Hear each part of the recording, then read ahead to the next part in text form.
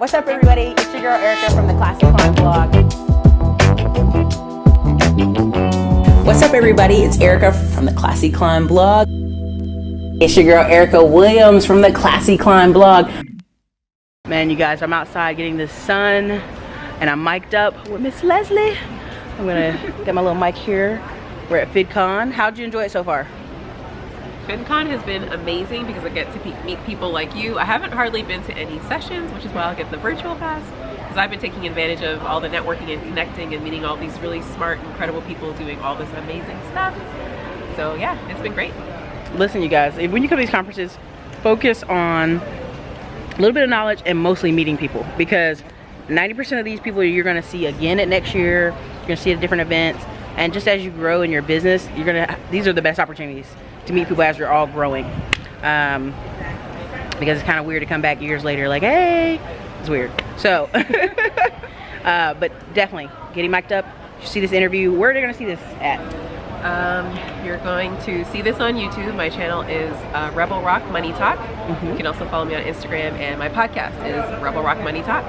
All right, and Kahari will link this in the video somewhere over here. But all right, you guys, this is your girl Erica. Later. For so long, I thought I was the only one teaching personal finance. I thought I was the only one of color who even cared. I thought I was the only one. And then I saw all these women, and I said, why do I not know them? And so my mentor and I, we tagged in the app and said, hey, Brownborough meet up at 5:30. And over 75 women showed up. And I was like, what? And everybody was like, well, what are we going to do now? And I'm a planner, so I'm like, let's grab their email addresses. So we started the Facebook group at the time. 30 ladies had joined us. That's an opportunity. We can do a Facebook Live where we can have just our community connect with us, and you can learn from people who have made some bumps in the road. Terry Chantel did one of our first training seminar sessions, and it was one of the most watched. She was real, she was authentic, she was genuine. But more importantly, she was us. And so that's what we want to promote. Black Girl Financial Magic, we're not a business. We are a 501c6 membership organization. What that means, it is for us, by us. In order for it to grow, it takes all of us. So this meetup has just warmed my heart. I was writing on the names and the states because you all are the vision coming to fruition. But Tina and I are visionaries. We have big, big goals for what this organization can do and can be. And we need all of your support. So what that means is we want you to engage us in social media. We want you to tag us. Even if you're doing something that's not sponsored by us, always do a hashtag at Black Girl Financial Magic, Black Girl Fin Magic, so we can then cross-promote and cross-share. Hey guys, she came from South Africa. All the way from Johannesburg. For Fincon. My video guy will edit this. So, everybody, hold up your bag. Okay, hold your bag. Oh, it's the other way around. It is. It's the way. Hold on. Oh no. No, it's the same. So you guys, I'll tag it in the video. Okay. What's up, you guys? So a little late. Let me hold this. So I went to the Black Girl Fincon Magic meetup, and we have a weird light in my room, but you know, just trying to make it work. So long and the story short, it was good. It was hot in there, a little bit weird smell in there, but it's all good. Listen, we're here to connect with people who are making big things. I think we might have an opportunity to go to South Africa, no lie, for real, and do like some kind of event. So you guys, I'm gonna keep you posted, but South Africa, it's on the radar. Also, mad connections. Tomorrow will be even better, more footage tomorrow. The key out of this event is you make it what it is. You go to where you want to go, introduce yourself. It's up to you. So later, you guys. So what's up, you guys? I lost my tripod, so I'm out here one-arming it like a country person. Anyway, you guys, so I think I see somebody from Bigger Pockets over there. But anyway, so say hey. Hi. So who are you and where can they meet you? So I'm Leslie Batson. You can find me at Rebel Rock Money Talk on Instagram and my podcast called Rebel Rock Money Talk. Rebel Rock Money Talk, okay. Pull the badge up for the girl. My poor video guy is gonna be like, what are you doing? But anyway, later, y'all. So are you in the DC area? No, I live in Orlando. I live in Orlando, Florida. You're being recorded, don't worry. Oh. That's what I was like, relax. So, I live in Orlando, Florida. So I have a practice. It's Rebel Roth Wealth. And my goal, my focus is really showing people how to grow their money and diversify outside of the stock market. So I show them different strategies to, you know, protect their wealth and grow it generationally. All right. That's why I'm so interested in what you're doing. Thank you. That you'll be on my podcast. Anytime. Great interview with Kendra. So yeah, I'm just gonna keep it going. All right. Thanks.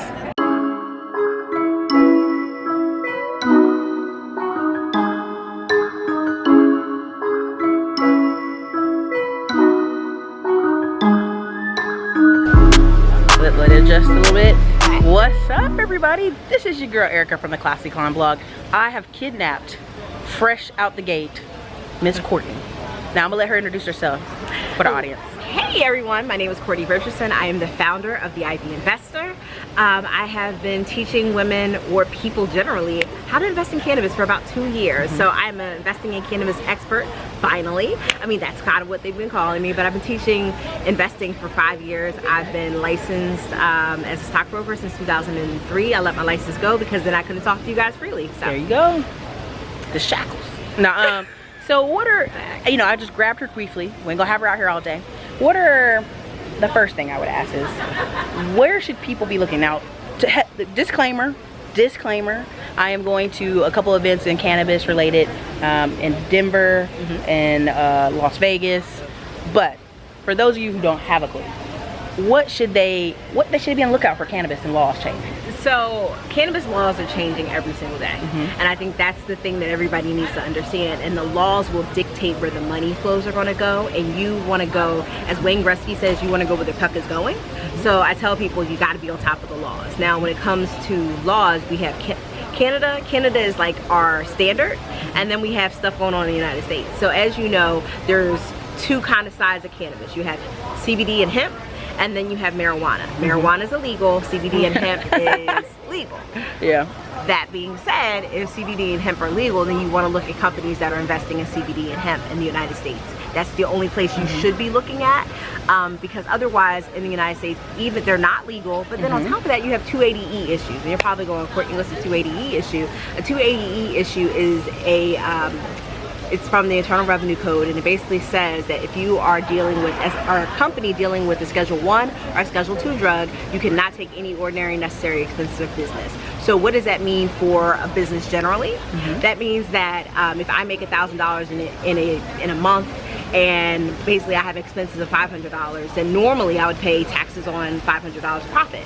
But in this particular case, because of 280E, if I'm in a cannabis business that's doing a plant-touching marijuana business, then I'm basically not able to take any expenses of business, and basically I have to make all my tax payments off that $1,000. So basically you're pretty much working out of the hole a lot. So what that means, they're trying to de-incentivize you, right? Correct. It's a definite incentive. So I just want people to be mindful of that and kind of understand where that is. But that's not being said, is that I want you to also know that cannabis history doesn't repeat itself, it rhymes.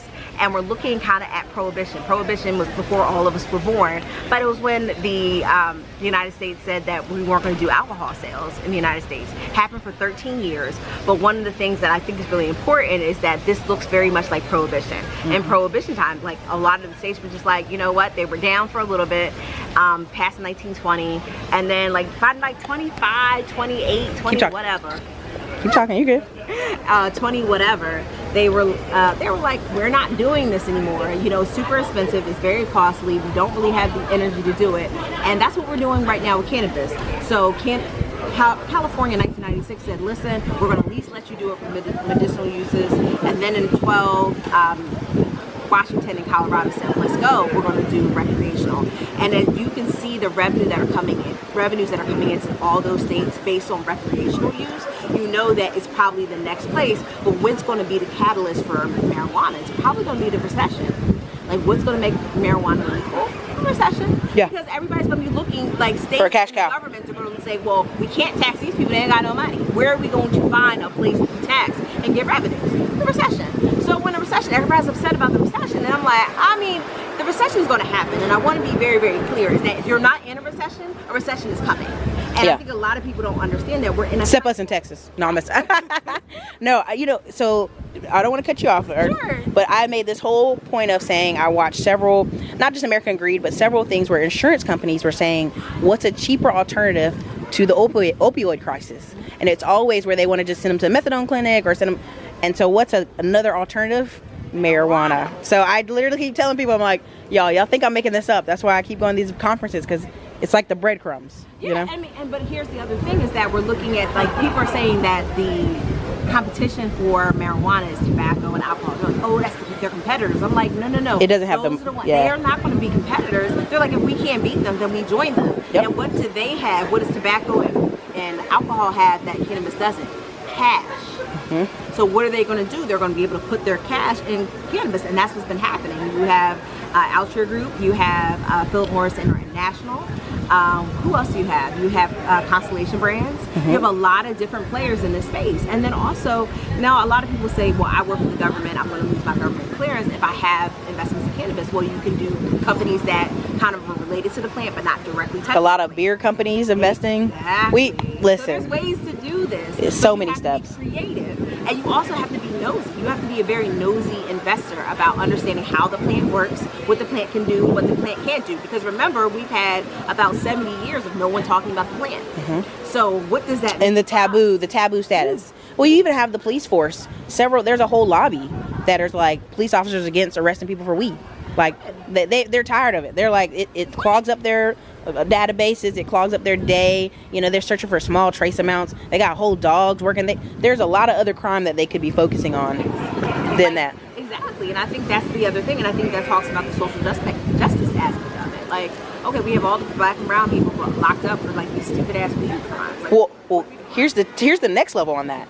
You have over 52 cities and little towns and counties all up in the north, Connecticut, up near Philadelphia, where their sheriffs are saying we're refusing to arrest people who are opioid addicts. And so again, you have people picking and choosing where to enforce the law. It messes up the crime data stats.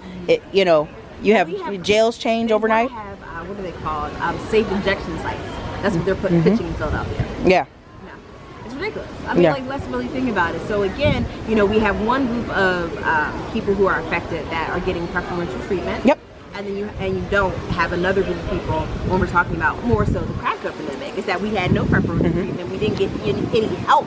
So now they're offering help and more support. It's like, You ever heard of the street drunkard laws? No. Okay, so in the 80s, if you were public intoxicated, to stop you from driving, they'd arrest you, right? Public toxic, drunk tanks, all that stuff. Well, 2 Irish lobbyists start saying this is offensive and this is racist.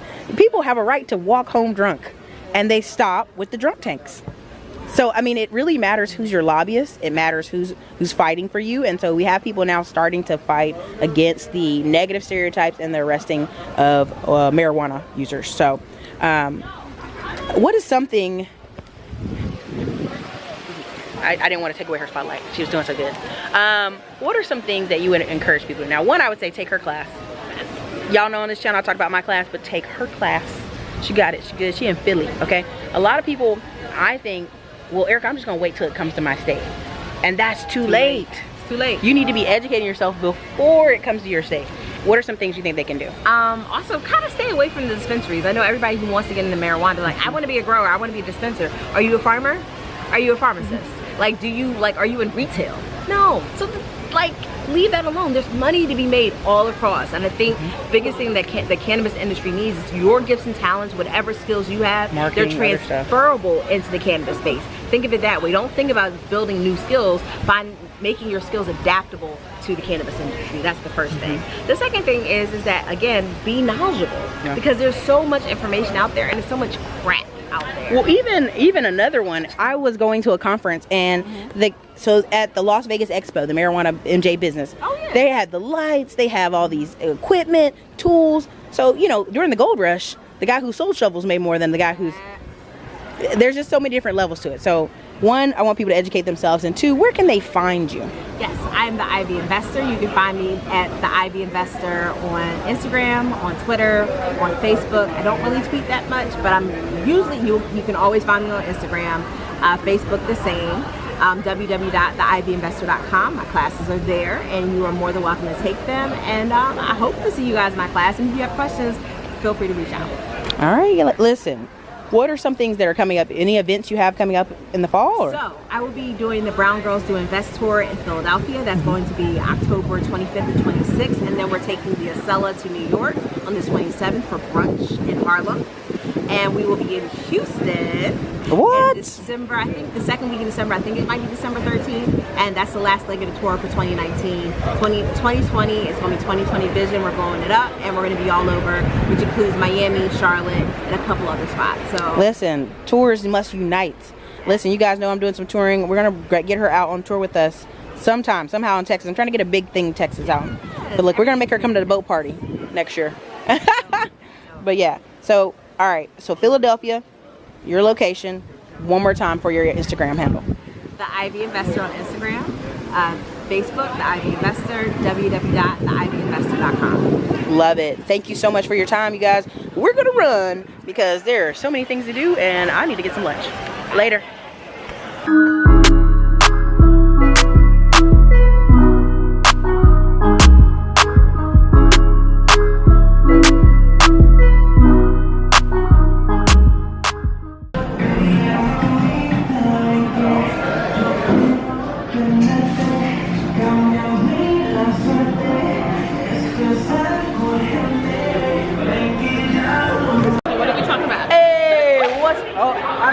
This poor girl phone out her hand, y'all.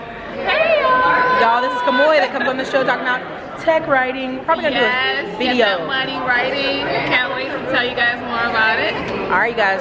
See you later. Bye. Boy. About to learn how to hire and expand, y'all. So what? About to do what? Hire and expand your brand. That's what we're talking about. So actually, you guys, earlier I met old girl's baby outside before this, and I'll have dinner with her after. So I'm just coming to listen. Yeah. Scaling, hiring, and expanding your brand. That's what it's about. Hey everybody, I ran into somebody from the boat party at Fincon. So later, you guys. So I'm just making. We're proud to be with you. I hope you have a great night here. Thank you to Moses. Thank you to Fincon for allowing us to crash your party. And I hope you have a wonderful night. I'll see you later.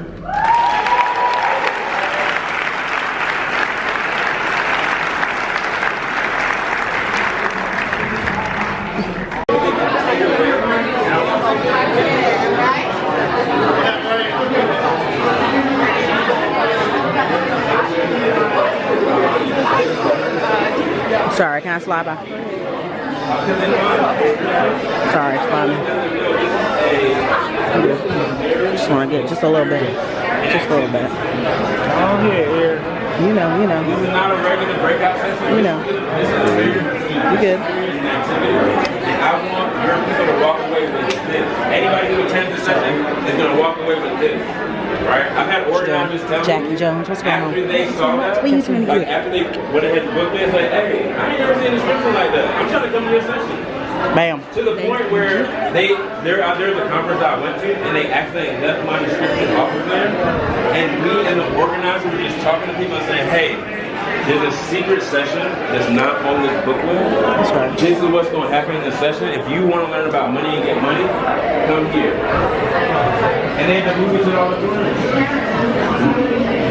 So just make sure that you can describe and like make sure you can give people actionable things. Like these are the takeaways that they're going to have. If you're talking about credit, what are the things they're going to be able to do that? They're going to be able to check their credit report, analyze for errors, and then or having a engaging conversation or building in activities. What are the resources that you use to access those activities? How to be more engaging, how to facilitate a conversation, how to maybe figure out how to push back when you're challenged by some of the people that are in your presentation, because you're able to provide folks with some hardcore resources that they can go to be able to utilize. Okay, excellent. So I'll send y'all a list of the activities that I use in my workshop. Answers every wall. Because every single person that enters the room that hears my voice is there to be trained. Right? Like some of y'all are texting right now, you can say, hey, take out your phone, I want you to go here.